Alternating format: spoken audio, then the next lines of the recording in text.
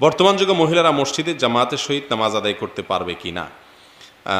মহিলাদের মসজিদে জামাতের সাথে নামাজ আদায় করার সাথে বর্তমান যুগের কোনো সম্পর্ক নাই।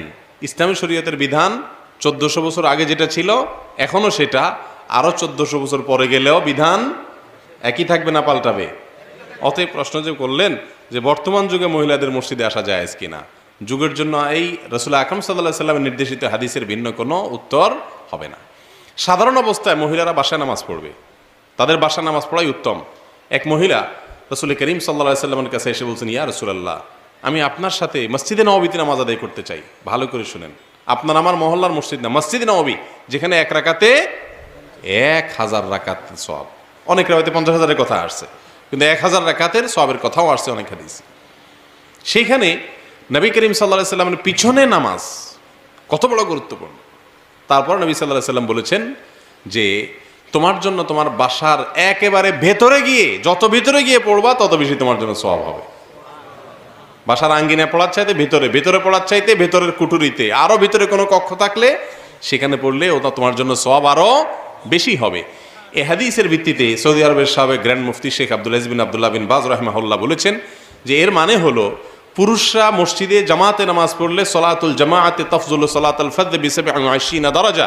নবীজি সাল্লাল্লাহু আলাইহি ওয়াসাল্লাম বলেছেন একাকী সালাতের চাইতে জামাতের সাথে পড়লে 27 গুণ বেশি সওয়াব হয়। কোনো মহিলা যদি এই নিয়ত করেন যে আল্লাহ আমাকে পুরুষ বানাইলে আমি অবশ্যই জামাতের সাথে গিয়ে আদায় করতাম, যেহেতু আমার জন্য বাসায় পড়া বেশি উত্তম বলা হয়েছে সেই জন্য আমি বাসায় আদায় করছি ভিতরে, এটার উপরে যদি কোনো মহিলা আমল করেন আল্লাহ রাব্বুল আলামিন তাকে ওই পুরুষ যে পরিমাণ সওয়াব পাচ্ছে তার চেয়ে বেশি দিবে।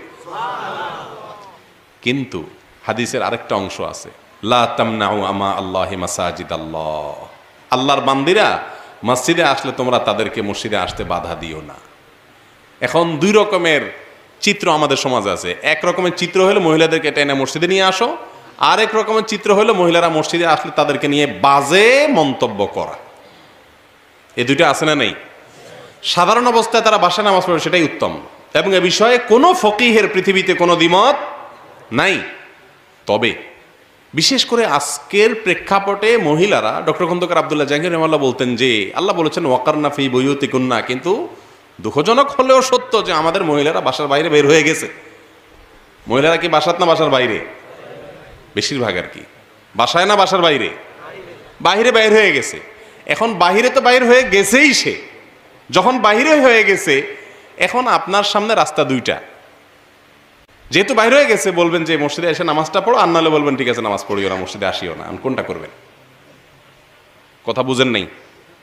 বাহির যেহেতু হয়েই গেছে, সে মার্কেটে চলে গেছে, বসুন্ধরা সিটি চলে গেছে, যমুনা ফিউচার পার্কে চলে গেছে, বাসায় আইসা জামাতের নামাজের ওয়াক্ত থাকবে না। এখন রাস্তা দুইটা সামনে, এক হলো বলবেন যে মসজিদে ঢুকি হলো নামাজ পড়, বাইরে গেছোস তো গেছোস, নামাজটা পড় অন্তত। আরেকটা হলো না না মসজিদে ঢুকতে পারবি না। কোনটা করবেন? কথা কি বুঝতে পারছেন?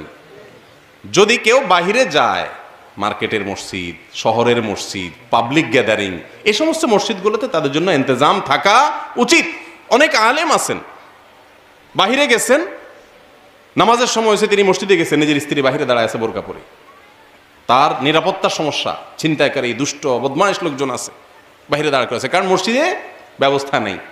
বিশেষ করে শহরের মহল্লার যে মসজিদ সেগুলো বাদে বাকি মসজিদগুলোতে অ্যারেঞ্জ থাকা উচিত। আর মহল্লার মসজিদগুলোতে মহিলাদের তালিমের, দিন শিক্ষার কোনো না কোনো ব্যবস্থা থাকা উচিত। এটা একটা ত্রুটি আমাদের, যে আমাদের সমাজে মহিলাদের দিন শিক্ষার তেমন কোনো ব্যবস্থা একেবারে নাই।